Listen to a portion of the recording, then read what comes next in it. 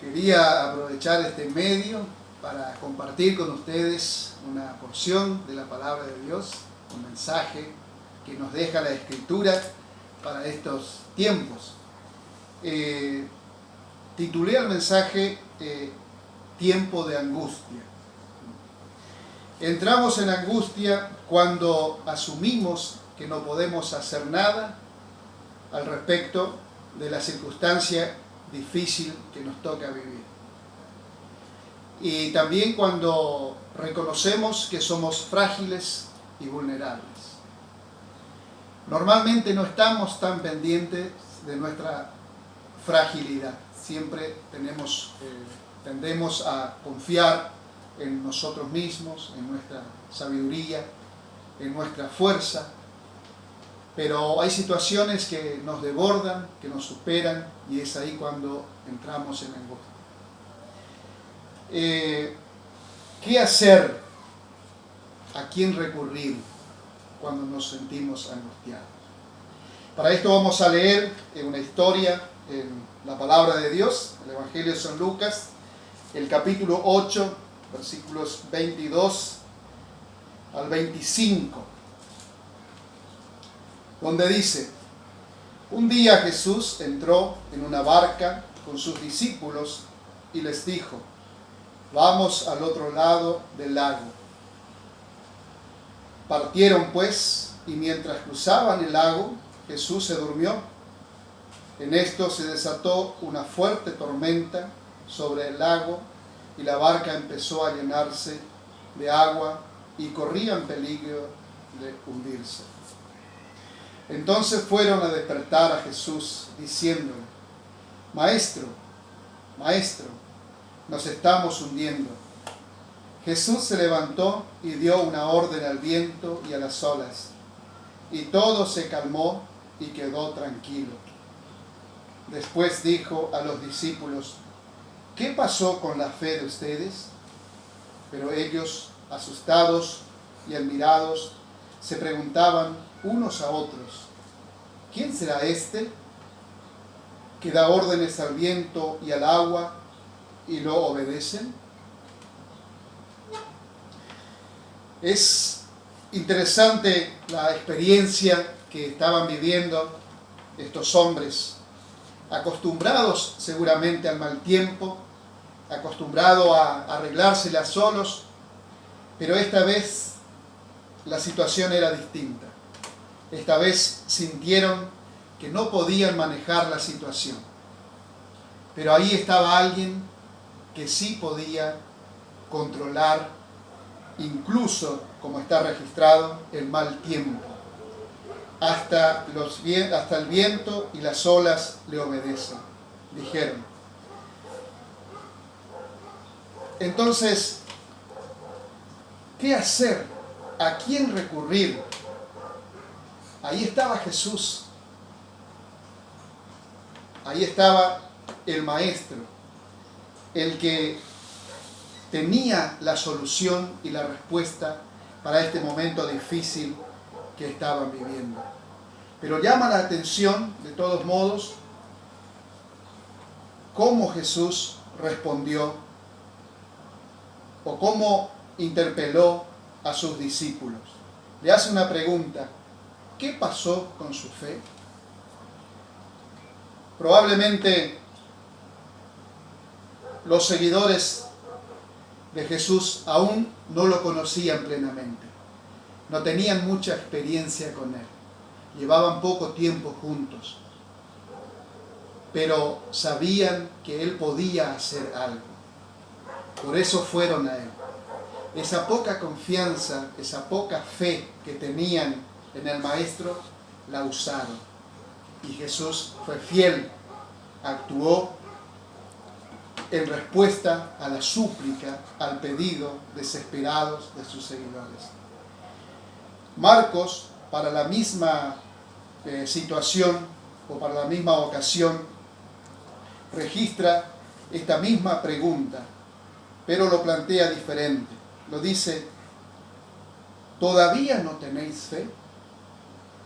Jesús, sin duda, quiso que sus seguidores conocieran más de Él, conocieran más acerca de Él.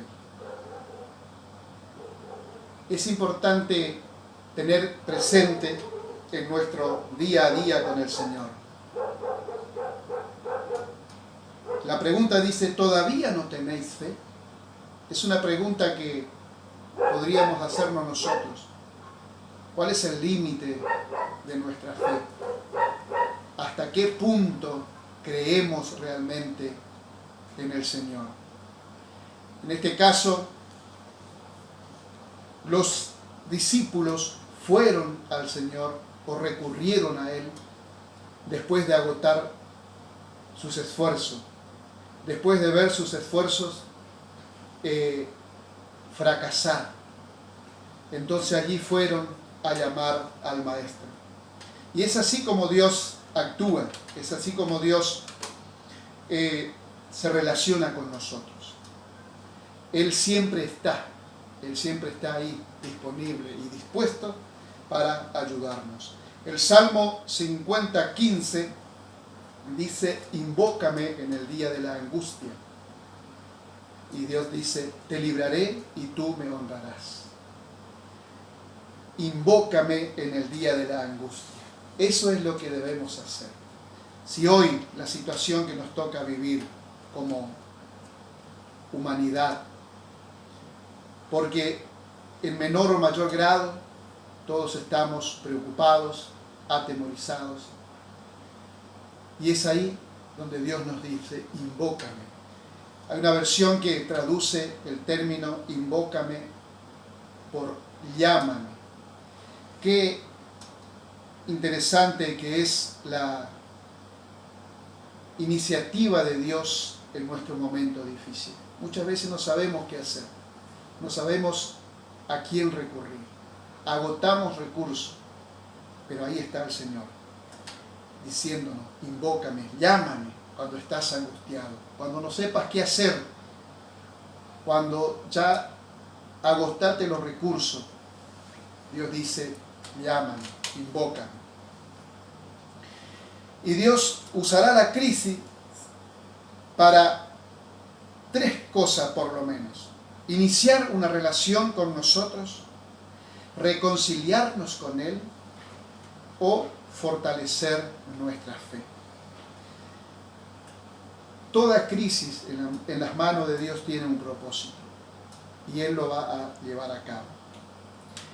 En el Salmo 94:19 dice, en medio de las preocupaciones que se agolpan en mi mente, tú me das consuelo y alegría. Qué experiencia la del salmista. Qué experiencia maravillosa, saber que Dios está ahí. Cuando en nuestra mente tal vez no tengamos la tranquilidad, porque somos conscientes de que la situación que nos aborda nos supera. No sabemos qué hacer muchas veces, pero ahí está. La experiencia del salmista es que Dios está ahí atendiendo, dando tranquilidad, e incluso dice aquí consuelo y alegría. El Salmo 34:4 dice, recurrí al Señor y Él me contestó y me libró de todos mis temores. Dios es fiel y a través de toda la Escritura Él nos dice que no temamos, que confiemos en Él, que Él está en control de todas las cosas. Ahora, ¿cuál es la actitud correcta o cuál debería ser nuestra actitud frente al momento de crisis?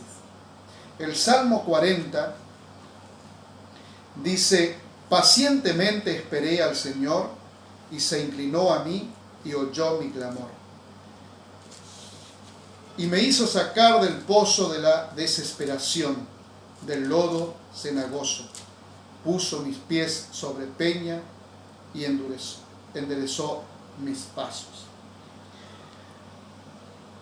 El salmista dice, pacientemente esperé al Señor. Esa es la actitud con la que debemos enfrentar los momentos de crisis. con paciencia, pero con esperanza, sabiendo que el Señor va a obrar en su debido tiempo. Porque dice la Biblia que todo tiene su tiempo. Y aquí el salmista toma esta decisión de ser paciente. Es una actitud que nos va a ayudar a sobrellevar los momentos difíciles.